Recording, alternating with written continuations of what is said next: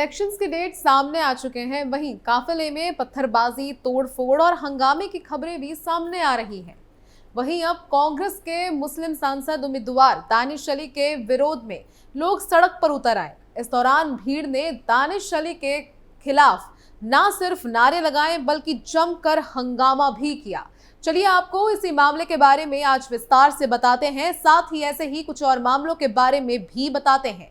नमस्कार, आप देख रहे हैं कैपिटल टीवी की स्पेशल स्टोरी और मैं हूं आपके साथ राजप्रीत कौर। आज इसी विषय पर विस्तार से बात करेंगे, तो बिना देरी किए चलिए शुरुआत करते हैं। दानिश अली को मुसलमानों की भीड़ ने घेरा, कार में तोड़-फोड़ की कोशिश, मांगा 5 साल के कामों का हिसाब। दरअसल उत्तर प्रदेश के अमरोहा में शुक्रवार यानी कि 5 अप्रैल 2024 को कांग्रेस के मुस्लिम सांसद उम्मीदवार दानिश अली के विरोध में लोग सड़क पर उतर आए। बता दें कि दानिश अली जब शाम को नमाज पढ़ने के लिए जा रहे थे, तब मुसलमानों की भीड़ ने उनके काफिले को घेर लिया और उनकी कार में तोड़-फोड़ करने का प्रयास किया। इस दौरान भीड़ ने दानिश अली के खिलाफ नारे लगाए और जमकर हंगामा किया। दरअसल दानिश अली पहले बहुजन समाज पार्टी यानी कि बसपा में सांसद थे, लेकिन हाल ही में उन्हें उत्तर प्रदेश की अमरोहा लोकसभा सीट से कांग्रेस पार्टी ने लोकसभा चुनाव 2024 के लिए टिकट दिया है। कांग्रेस का टिकट मिलने पर स्थानीय मुस्लिम भड़क उठे और उनके खिलाफ जमकर हंगामा किया। आरोप है कि प्रदर्शन करने वाले समाजवादी पार्टी से जुड़े थे। दानिश अली ने अपने समर्थकों के साथ शुक्रवार को अमरोहा के जामा मस्जिद का दौरा किया। इसके बाद उन्होंने स्थानीय लोगों से वोट मांगने के लिए नौगांव सादात में प्रचार अभियान भी चलाया।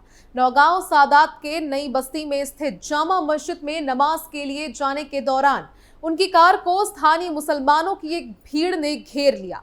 भीड़ में खुद को घिरा हुआ पाकर दानिश अली कार में बैठे रहे। हंगामे के बीच एक युवक ने कार के बोनेट पर चढ़ने का प्रयास किया। गुस्साई भीड़ ने दानिश अली से पिछले 5 वर्षों में उनके प्रदर्शन, खासकर नौगांव सादात में उनके द्वारा किए गए कामों को लेकर जवाब मांगा। हालांकि इस दौरान कई लोगों को गुस्साई भीड़ को शांत करने की कोशिश करते भी देखा गया। नौगांव सादात विधानसभा सीट से विधायक समरपाल सिंह के बेटे प्रतीक ने नाराज लोगों को समझाने की पूरी कोशिश की। वहीं इकट्ठी भीड़ के तितर-बितर होने के बाद ही दानिश अली की कार आगे बढ़ पाई।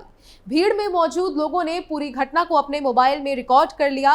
बाद में शाम को सांसद की कार के घेराव वाले 2 वीडियो सोशल मीडिया प्लेटफॉर्म पर जमकर वायरल हो गए।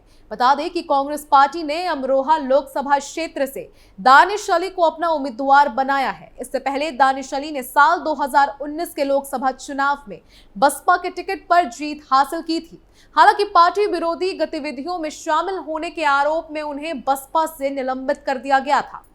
आपको बता दें कि ये कोई ऐसा पहला मामला नहीं है, बल्कि इससे पहले भी ऐसा एक मामला सामने आ चुका है, जहां बीजेपी प्रत्याशी संजीव बालियान के काफिले पर हमला हुआ था।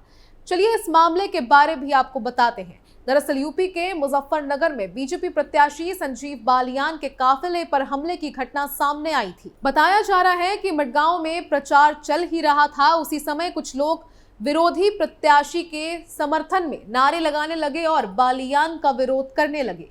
देखते ही देखते मामला इतना बढ़ गया कि कुछ लोगों ने गाड़ियों पर हमला बोल दिया।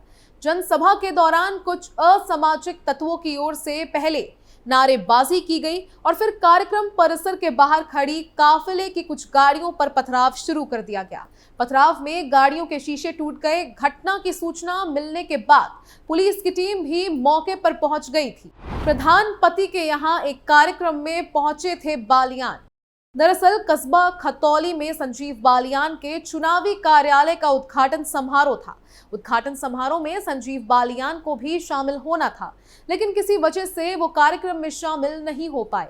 देर शाम मटकरीमपुर गांव में प्रधान पति के यहाँ एक कार्यक्रम रखा गया था। बालियान इस कार्यक्रम में शामिल होने के लिए पहुंचे थे। कार्यक्रम में पूर्व विधायक विक्रम सैनी का भाषण चल ही रहा था कि कुछ लोगों ने नारेबाजी शुरू कर दी। देखते ही देखते भीड़ में शामिल कुछ लोगों ने बालियान के काफिले पर पथराव शुरू कर दिया। गाड़ियों पर पथराव होते ही गांव में अफरा तफरी मच गई। इस हमले में कई गाड़ियों के शीशे चकनाचूर हो गए। पुलिस ने शुरू की जांच। दूसरी ओर से राज्य मंत्री के समर्थकों ने भी काफिले की गाड़ियों पर किए गए पथराव के विरोध में नारेबाजी शुरू कर दी। बालियान के समर्थकों ने हमला करने वाले युवाओं को पकड़ने की कोशिश की, लेकिन वो मौके से भाग खड़े हुए। राहत की बात रही है कि हमले में किसी को चोट नहीं आई। घटना के बाद सीआईओ खतौली मौके पर पहुंचकर जांच शुरू कर दी।